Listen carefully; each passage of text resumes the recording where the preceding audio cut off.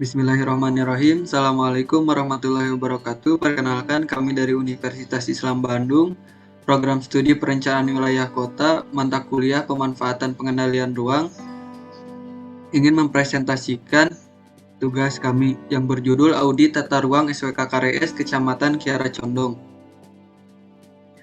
Untuk outline-nya sendiri yaitu yang pertama ada pendahuluan, kemudian ada gambaran umum, kemudian ada kesesuaian pemanfaatan ruang, kemudian ada penyebab dan dampak, kemudian ada rekomendasi, dan yang terakhir ada penutup.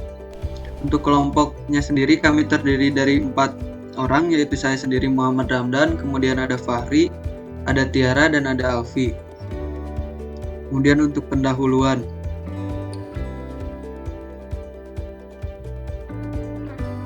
Next.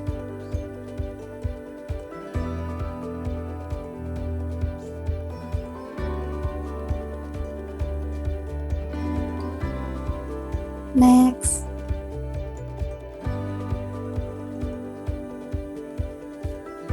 Yang pertama adalah latar belakang.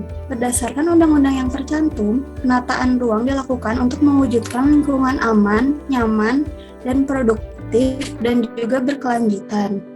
Oleh karena itu, dilakukan kegiatan audit tata ruang untuk mengidentifikasi kesesuaian dan tidaknya tata ruang di SWKKRS, tepatnya Kecamatan Kiara Condong. Next.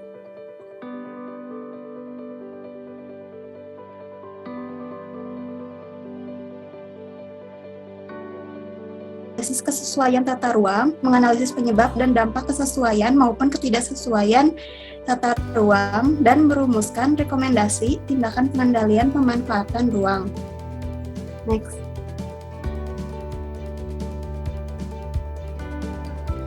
Adapun ruang lingkup wilayah SWKKRS terdiri dari 4 kecamatan, yaitu Kecamatan Regol, Kecamatan Lengkong, Kecamatan Kiara Condong, dan Kecamatan Batu Nunggal. Next.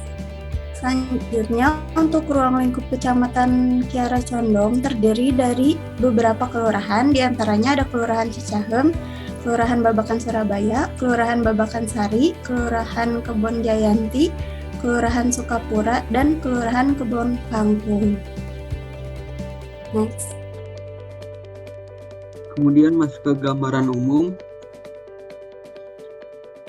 di mana Kecamatan Kiara Condong sendiri merupakan salah satu bagian dari SPKKRS yang terdiri dari 6 kelurahan. Untuk batas administrasi Kecamatan Kiara Condong sendiri dibatasi oleh bagian utara yaitu Kecamatan Cibenying Kidul, kemudian bagian selatan Kecamatan Buah Batu, bagian barat Kecamatan Batu Nunggal, dan bagian timur Kecamatan Antapani. Untuk geografinya sendiri, luas kelurahan di Kecamatan Kiara Condong yang paling luas itu Kelurahan Sukapura dengan 2,8 km persegi. Kemudian ada jumlah penduduk, di mana jumlah penduduk tercatat sebanyak 131.457 jiwa yang didominasi oleh lulusan SLTA sebanyak 25.032 jiwa. Kemudian ada untuk penduduk menurut mata pencarian paling banyak terdiri dari mata pencarian pelajar yaitu 18.058 jiwa. Kemudian untuk sarana pendidikan di Kecamatan Kiara Condong tergolong lengkap, mulai dari PAUD sampai perguruan tinggi terdapat di Kecamatan Kiara Condong. Untuk jumlah sarana kesehatan tergolong lengkap juga. Untuk paling banyak sarana kesehatan yaitu ada posyandu sebanyak 110 jumlah. Kemudian untuk sarana olahraga paling banyak yaitu sarana lapangan tenis meja dengan 41 jumlah. Kemudian untuk sarana prasarana ekonomi di mana paling banyak yaitu usaha UKM, kemudian usaha pedagang, dan yang terakhir didominasi yang terbanyak yaitu kios atau warung kelontong. Baik, berikutnya ada analisis kesesuaian pemanfaatan ruang.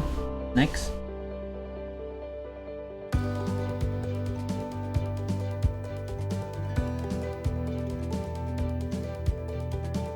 Adapun penggunaan lahan existing dalam pelaksanaannya, Kecamatan Kiara Condong terdiri dari kawasan lindung, peribadatan, militer hingga pemerintahan. Yang mana di sini juga terdapat sarana pelayanan umum yang tersebar berbeda di setiap kelurahan yang ada di Kecamatan Kiara Condong. Namun demikian, di Kecamatan Kiara Condong terdapat beberapa penyimpangan yang cukup banyak dan hampir ada di setiap kelurahan, seperti adanya bangunan industri yang berada di zona lindung alami. Next.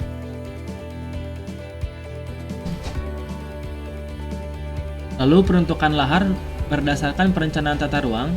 Adapun peruntukan lahan Kecamatan Kiara Condong merupakan zona lindung sebagai zona perlindungan setempat, yang mana dijelaskan dalam Perda nomor 10 tahun 2015 bahwa Kecamatan Kiara Condong termasuk ke dalam rencana zona lindung sebagai zona perlindungan setempat, yang mana meliputi subzona sempadan rel kereta api yang berada di blok Babakan Sari, lalu ada subzona sempadan sungai yang berada di blok Kebon Jayanti, lalu ada subzona sempadan jaringan SUTT dan SUT yang berada di blok Sukapura.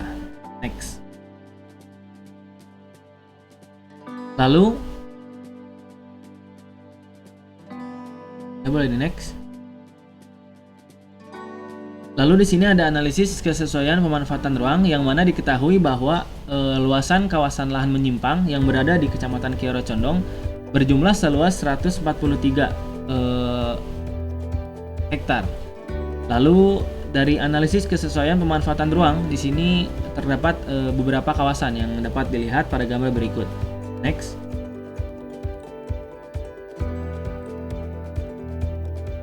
Ya, di sini ada kesesuaian pemanfaatan ruang yang cukup beragam, mulai dari lindung, perdagangan jasa, sampai perkantoran yang cukup banyak. Ini adalah pola ruang dari Kecamatan Kiara Condong.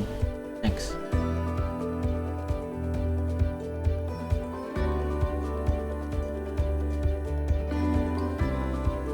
Ya, berikut beberapa penyimpangan yang ada di Kecamatan Kiara Condong. Seperti yang bisa dilihat bahwa dari pola ruang dijelaskan bahwa ada kawasan industri militer dan pergunungan, lalu pada existingnya ini digunakan sebagai militer. Lalu di pola ruang terdapat kawasan lindung alami, namun pada existingnya menjadi kawasan industri dan wilayah tata ruang tani. Juga pada pola ruang di sini ada perumahan kepadatan tinggi, namun pada existingnya itu dijadikan sebagai kawasan wilayah tata ruang tani. Berikutnya akan dijelaskan oleh Saudara Alfi. Selanjutnya ini ada analisa penyebab dan dampak penyimpangan.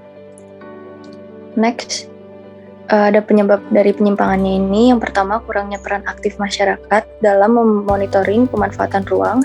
Kedua, ada mekanisme perizinan lokasinya yang longgar sehingga perizinan dikeluarkan juga seringkali menyimpang dan dari rencana tata ruang yang ada.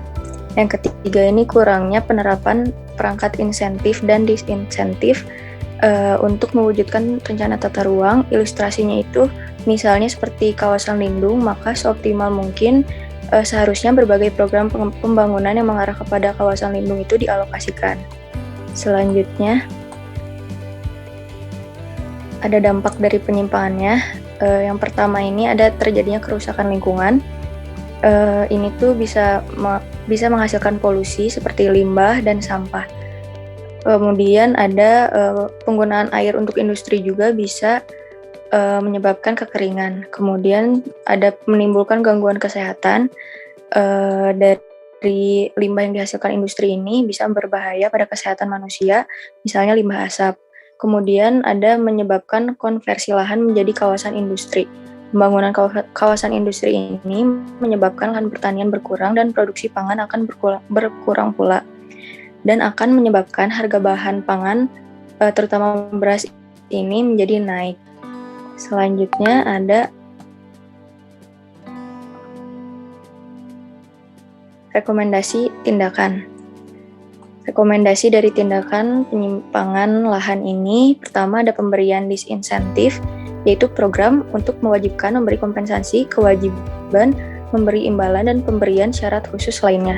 Kemudian ada insentif, yaitu memberikan keringanan dalam pajak, diberikan kemudahan dalam perizinannya. Selanjutnya saran akan dibaca oleh Tiara. Selanjutnya, saran yang pertama itu ada peninjauan kembali terhadap rencana tata ruang, tidak menambah bangunan baru, integrasi pengawasan pengendalian pemanfaatan ruang dari berbagai sektor, pelaksanaan program penertiban bangunan, dan yang terakhir menjalankan pengendalian ruang sesuai dengan ketentuan pengendalian ruang.